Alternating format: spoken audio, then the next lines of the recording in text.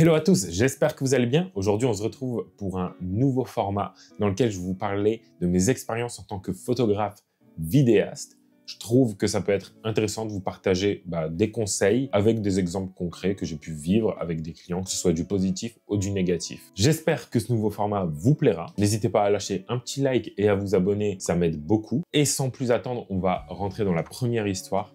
Je vous donne un petit teaser. Comment un client, en économisant 200 €, a perdu 10 000 followers. C'est bon pour vous? Eh ben c'est parti. Sur les moments de flottement de mes différents projets, donc c'est-à-dire la phase où je suis en post-production, retouche photo, ce genre de choses, je reçois des demandes clients via le formulaire de contact sur mon site internet. Et ça peut être pour des demandes spécifiques de print, ça peut être pour mes disponibilités, ça peut être pour un suivi de commande, bref. Nous sommes donc le 20 juin 2024 et je consulte mes mails. Je tombe sur une demande d'un client. Pour éviter les problèmes, je vais juste pas citer leur nom, je vais juste dire que c'est une boutique. Eux, s'ils regardent, ils se reconnaîtront, mais le but c'est que vous ne sachiez pas de qui je parle. Parce qu'on veut juste éviter les problèmes. Je reçois un email de ce fameux client qui me demande des infos, notamment sur mes disponibilités. Voici l'email qu'il m'écrit. Bonjour monsieur. Bonjour monsieur Cyprien. Juste permettez-moi un truc.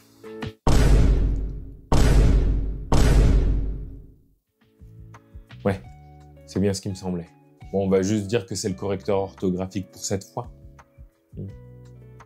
Mais ça donne le ton. Je m'appelle, je suis vendeuse au magasin. Je voulais vous demander si vous pouviez faire les photos de notre magasin et si oui, quel serait votre prix pour ce projet. Merci beaucoup. Je réponds donc à ce mail dans la journée et je précise tout de même que j'ai besoin davantage d'informations pour pouvoir répondre au mieux possible à leurs demandes. Parce que bon, juste des photos du magasin, c'est trop large. C'est comme aller chez un opticien et dire « Bonjour, je veux des lunettes. » Excuse-moi frérot, mais on a besoin d'avoir ta correction pour pouvoir te donner exactement ce qu'il te faut. Là, c'est exactement la même chose. J'ai besoin d'informations pour pouvoir leur donner réellement ce qu'ils veulent à la fin. Donc, je leur suggère des photos de produits, des photos de leur staff et pourquoi pas même une vidéo pour les réseaux sociaux. Dans tous les cas, j'essaye de l'aiguiller de la meilleure manière afin qu'elle puisse me donner un maximum d'informations. Et bien entendu, comme je le fais à chaque fois, je propose aux prospects, aux clients que l'on s'appelle pour avoir justement cet échange qui est un peu plus fluide, avoir une discussion et comprendre réellement leurs besoins et leurs sentiments vis-à-vis de ce projet. Je le rappelle, nous sommes le 20 juin 2024. J'envoie mon email.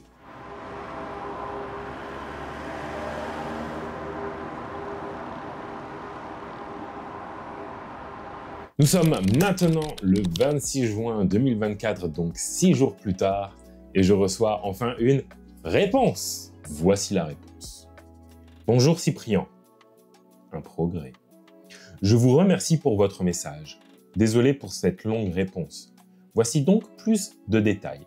Nous avons besoin de photos de notre magasin, plus de notre équipe, plus de nos produits, mais pas de chacun d'entre eux et de l'ensemble sur la vitrine. Je pensais à 15-20 photos. Je vous remercie de votre compréhension et de votre compréhension. Si vous avez besoin d'informations supplémentaires, n'hésitez pas à m'en faire part. Merci cordialement. Alors ici, j'ai pas particulièrement plus d'informations. Au final, la personne ne fait que répéter ce que je lui ai suggéré et ça m'aide pas énormément. Me dire quelques produits sans me préciser quel type de produit, est-ce qu'ils ont des collaborations avec des marques en particulier, des modèles en vogue, me dire des photos de la boutique, mais ok, mais intérieur, extérieur, est-ce que vous avez de l'équipement à l'intérieur que vous souhaitez mettre en avant, je sais pas, des machines par exemple, qui est des portraits des équipes, me donner juste une information du genre combien de personnes il y a sur place, est-ce que c'est 2, est-ce que c'est 3, est-ce que c'est 5, est-ce que c'est 10, est-ce que tout le monde sera présent le jour du shoot ou est-ce qu'il faut organiser plusieurs allers-retours. Bref, tant d'informations que je n'ai pas et que du coup je cherche à creuser en leur répondant que merci pour ces informations, mais je vais avoir besoin d'éléments supplémentaires tels que tout ce que je viens de lister et je leur repropose une fois de plus de s'appeler pour pouvoir justement avoir cet échange, juste comprendre, parler. J'aime bien savoir qui j'ai en face de moi. Après avoir lu cet email, je comprends bien une chose. Le client n'arrive pas à lui-même à cerner son besoin. En plus de tout ça, franchement, tout ce que moi je veux savoir, c'est pourquoi ils ont besoin de photos. Est-ce que c'est pour communiquer sur les réseaux sociaux? Est-ce que c'est pour faire une campagne de print? Est-ce que c'est... Bref, juste donnez-moi des informations, donnez-moi de quoi me nourrir, de quoi pouvoir vous satisfaire. Je suis pas un devin. Je peux pas être comme une personne qui travaille en restauration, aller à une table et deviner ce que les personnes veulent commander. C'est pas possible. Donc, bref, je comprends que ces personnes ne savent pas cerner leurs propres besoins. Je cherche à creuser, leur proposer un appel, je leur envoie un email dans lequel je récapitule tout ce dont j'ai besoin. Je leur demande également les informations pour pouvoir établir un premier devis en me basant sur la seule information précise que j'ai qui est qu'ils souhaitent 15 à 20 photos. Et c'est en demandant les informations pour établir mon devis que je commets ma première erreur qui est de tout simplement faire un devis sans avoir les précisions que je veux. 400 €, c'est bon? C'est que dalle, 400 balles. C'est vraiment très bas sur le marché pour 15-20 photos, peu importe la destination, j'ai pas les informations. Donc ça, c'est clairement mon erreur. L'erreur a été de me dire que comme c'est pas trop loin de chez moi, c'est pas très grave, je peux faire le déplacement, on peut peut-être construire un truc ensemble, etc. Donc bref, à partir de ce moment, une autre personne rentre dans la danse et elle me transmet les informations nécessaires à l'établissement du devis. Et elle se présente sous le nom de la personne administrative. Retenez bien le administrative, entre guillemets, ça va être important pour la suite. C'est une bonne chose, le client accepte le devis, tu m'étonnes, de 400 €, tu m'étonnes, parce que je suis un con, tu m'étonnes, j'ai rien dit. Bref. Le client accepte le devis et il me dit quand est-ce que vous pouvez venir shooter. Je leur donne un peu mes disponibilités. Ils font bah écoutez, nous on veut que ça se fasse au plus vite. On est le 28 juin. Mais du coup, nous on sera dispo que le 11 juillet. Donc on veut le 11. Bah écoutez, oui, ça tombe dans une des dates que je vous ai dit qui était OK avec moi. Donc on se met d'accord donc sur la date du 11 juillet 2024. Bah je réponds à cet email et je dis bah écoutez, s'il vous plaît, venez, on s'appelle. On échange sur le projet parce qu'il me manque beaucoup d'informations là quand même. S'il vous plaît, ne me laissez pas comme ça dans la merde. Mais bon, vous l'aurez deviné, je n'ai jamais eu de réponse à cet email. Je n'ai jamais eu de précision supplémentaire. Donc je me dis, c'est bon, ils veulent pas, on passe à autre chose.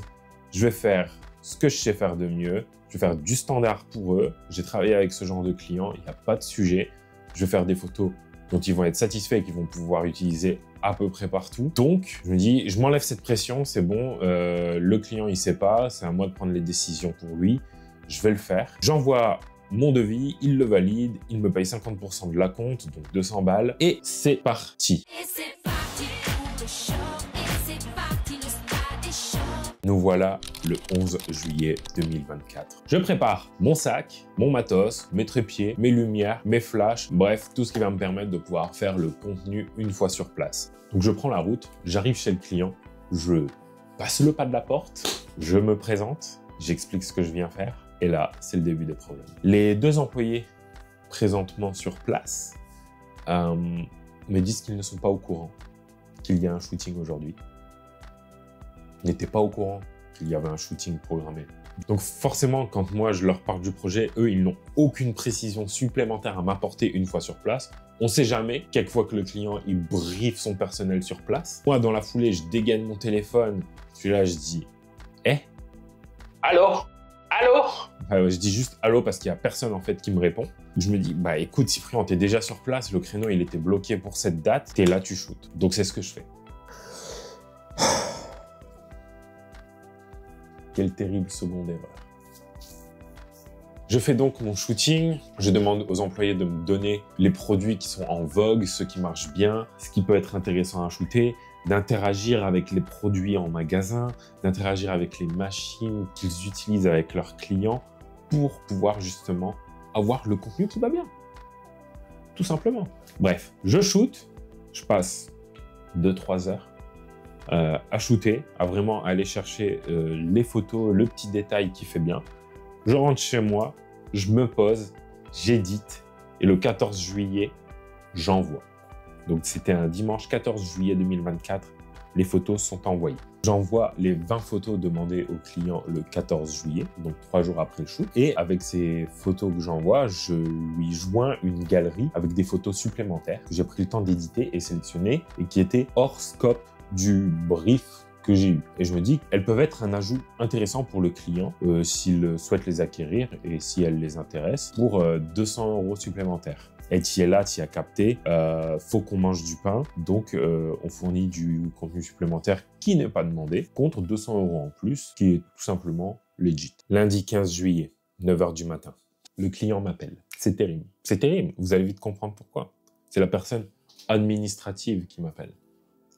Et elle me dit, nous n'aimons pas les photos que vous avez envoyées, envoyez-nous les autres. Quand je dis les autres, c'est, vous savez, les photos que j'ai mis dans la galerie, en mode en plus, hors scope du brief. En fait, je m'arrête, j'essaie de comprendre et je lui dis, qu'est-ce qui va pas avec celle que je vous ai envoyée?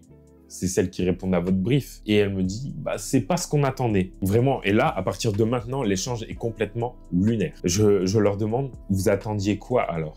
On ne sait pas, mais pas ça. Donc je la recadre. Je lui dis, écoutez madame, vous m'avez donné un brief. On va voir ensemble si c'est bien ce que vous vouliez. Vous vouliez des photos du magasin? Oui. Des photos du personnel? Oui. Des photos de vos produits? Oui. Est-ce que vous avez ça dans les photos que je vous ai envoyées? Oui. Mais on aime bien les autres et on les veut aussi. Écoutez, pas de souci, je peux vous les envoyer contre un petit supplément. Ah mais non, on aurait dû les avoir de base celles-là. Mais en fait, sur les photos qu'il y a en plus, c'est juste moi, ma liberté, une fois sur place, de prendre des photos qui peuvent potentiellement t'intéresser parce que tu es incapable de faire un brief. Elles répondent pas à ce que toi tu voulais de base. Donc bref, le fait que je lui demande de payer un supplément ne lui plaît pas. Et donc du coup, elle commence à jouer la carte du « en fait, j'aime pas les photos, ça fait pas pro.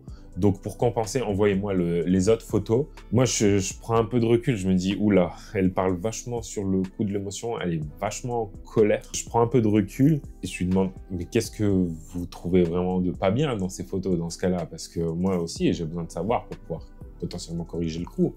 Elle me dit, vous avez shooté en période de solde. Il y a des pastilles rouges sur les produits. Et c'est sur tous les produits, donc c'est vraiment pas pro, c'est pas normal. Mais c'est toi qui m'envoies un 11 juillet dans ta boutique, en pleine période de solde, prendre des photos de produits et de ta boutique. Forcément qu'il va y avoir des pastilles. Combien de fois je t'ai demandé qu'on s'appelle, qu'on discute, qu'on puisse voir ce que vous vouliez, ce que vous vouliez pas, et t'as pas voulu? Combien de fois je t'ai envoyé des emails pour te demander exactement ce que tu voulais, et t'étais incapable de le dire? Donc bref, moi je lui dis tout ça, elle est forcément pas contente, elle me dit, vous dites n'importe quoi, on n'a jamais échangé de cette manière et tout. Je dis, madame, c'est très simple, relisez juste les échanges de mails. I have it printed out. Même le jour du shoot, je vous appelle parce que vos équipes sont pas au courant et vous m'avez pas répondu. Non, j'ai pas reçu d'appel. Je dis, consultez votre historique d'appel. Ah oui, en effet, mais j'ai dû le zapper, j'ai pas vu l'appel, je me suis dit que c'était pas important. Et là, en fait, je commence à sentir qu'il y a un truc qui va pas, dans le sens où la personne administrative semble trop impliquée dans la prise de décision. Et j'apprends qu'en fait, là c'est le plot twist, la personne avec qui j'ai échangé depuis le début, c'était un stagiaire. Un stagiaire qui ne savait pas gérer ce genre de projet. Et sa supervisatrice ne l'a pas suffisamment encadré, parce que du coup, elle n'est pas du tout au courant des échanges de mails qu'on a eus. Et donc du coup, je commence à lui relire tous les mails, à lui expliquer, etc. Et là, en direct live au téléphone, elle va voir son stagiaire et elle lui demande si c'est la vérité. Et le stagiaire lui dit « Oui, tout ce qu'il dit, c'est la vérité. » Merci. Merci à toi, stagiaire, déjà, d'assumer tes erreurs. Et pas GG à ta boss, parce que elle, pour le coup, là, elle commence à péter un plomb et à remettre la faute sur moi. En fait, derrière, elle va pas assumer et elle va me dire « Non mais écoutez, de toute manière, c'est logique. Période de solde, il y a des pastilles rouges, vous ne shootez pas les produits sous pastilles rouges. » Et ce à quoi je lui réponds, écoutez, vous m'envoyez sur période de solde, vous ne me donnez pas d'informations supplémentaires sur le brief, j'assume que c'est un shoot pour les produits qui sont soldés actuellement. On rentre dans un dialogue de sourd pendant plusieurs minutes où elle veut pas comprendre, elle veut pas lâcher le beefsteak. Du coup, je lui dis, écoutez, c'est simple, je vais vous corriger les pastilles, je vais passer le temps qu'il faut sur Photoshop et je vais vous les retirer. On peut faire ça, je vais le faire, on va passer à autre chose, à la fin vous serez contente, et puis ouais. Elle me dit, ok. Donc je corrige, je renvoie. Elle me dit, écoutez, j'ai reçu les photos, mais je suis pas contente. Je lui dis, pourquoi encore? Parce que j'ai pas reçu les autres photos. Je dis, oui, c'est parce que c'est en plus, c'est pas... Je vous ai envoyé 20 photos, j'ai répondu au brief, on est d'accord là-dessus, vous me l'avez confirmé, et là, vous voulez en plus les autres photos. Donc bref, je me dis, tu sais quoi, clôt le sujet, passe à autre chose, Cyprien, tu travailleras plus avec eux. T'as la flemme, envoie les photos, fais en sorte qu'ils soient contents, qu'ils te payent. Donc je leur envoie elle me paye pas. Moi, je suis en mode, bah vas-y, je me suis bien en cul. Donc, je me suis bien fait n'avoir. Pour ne pas froisser le client, je lui ai envoyé toutes les photos. Et merci pour cette collaboration, tu vois. J'essaie de rester le plus cordial possible. Moi, contrairement à eux, je ne me suis pas emporté, je me suis pas énervé. Moi, je me suis bien fait insulter, par contre, sa grand-mère. Et bref, 200 balles, jusque-là, 200 €. Ils n'ont pas payé le solde. Ils ont eu toutes les photos. Et quand je les appelle pour dire, bah, payez-moi le solde, elle a eu le culot de me dire... Vous n'avez pas chialé pour 200 balles, non? Et c'est là que c'est intéressant. Je me dis, très bien, ok, on fait comme ça. Vous avez les photos, moi je connais votre entreprise, je connais les réseaux sociaux de votre entreprise, je connais le site internet de votre entreprise, pas de problème. Les prochaines semaines, je vais les passer à surveiller tout ça. Et ça n'a pas loupé. Une semaine plus tard, pour une personne qui n'est pas satisfaite des photos qu'elle a reçues, ça publie à balle sur Instagram, ça met les photos sur leur site internet. Et donc là, je me dis, bah écoute, moi je vais pas pleurer pour 200 €, bien que ça me fasse chier, parce que j'ai travaillé quand même, j'ai passé le temps dessus. Et toi, tu vas pleurer. Je sais pas si elle a vraiment pleuré, mais en tout cas, je l'espère, parce qu'elle le mériterait. Donc je fais un signalement pour droit d'auteur sur Instagram directement, sur chaque post qui contient ma photo. Et ça n'a pas loupé 2 jours plus tard, le compte est supprimé. Ils ont perdu 10 000 abonnés. Tous leurs abonnés ont disparu. C'est bon. Moi, c'est une victoire. Je m'en délecte. J'espère que vous êtes content d'avoir économisé ces 200 balles. Ça vous a coûté juste 10 000 abonnés. Et aujourd'hui, au moment où je suis en train de tourner cette vidéo, vous n'êtes qu'à 100 abonnés. Voilà. 1 an, 100 abonnés. Et je suppose que c'est juste vos employés, vos collègues. En fait, c'est un LinkedIn, votre truc. Loser. Donc vraiment, moi, je me régale. Je suis trop heureux qu'en fait, mon signalement sur Instagram ait fonctionné. Et je m'attendais pas à ce que c'est de telles répercussions pour eux et leurs réseaux sociaux. Une masterclass de leur part, merci. En tout cas, il est clair que suite à cette expérience, il y a plusieurs erreurs que je ne recommencerai pas. Déjà, numéro 1, je ne shooterai plus sans un brief précis. Et je lâcherai pas, quitte à dire, en fait, je viens tout simplement pas shooter, débrouillez-vous. Je n'envoie plus de photos supplémentaires pour la satisfaction client tant qu'il ne m'a pas réglé la totalité de la facture. Aussi simple que ça.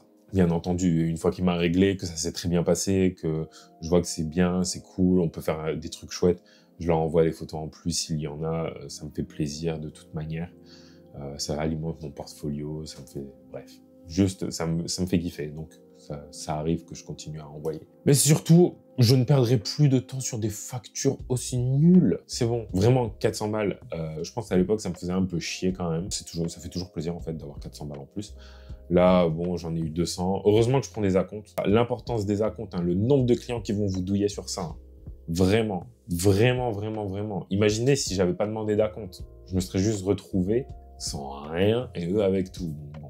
Donc bref, il est clair que je tire des leçons de cette expérience. J'espère que vous aussi. Donc voilà la fin de cette histoire.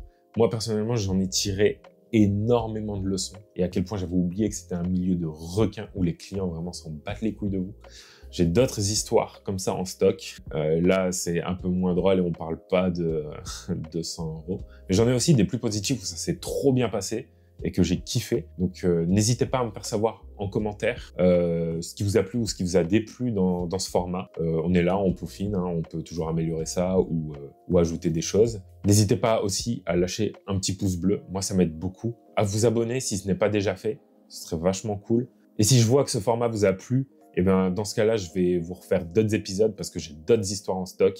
Et moi, je vous dis tout simplement, tirez des leçons de ce que je viens de vivre et de ce que je viens de vous raconter. No talk, just action. Et on se retrouve à la prochaine vidéo. Peace.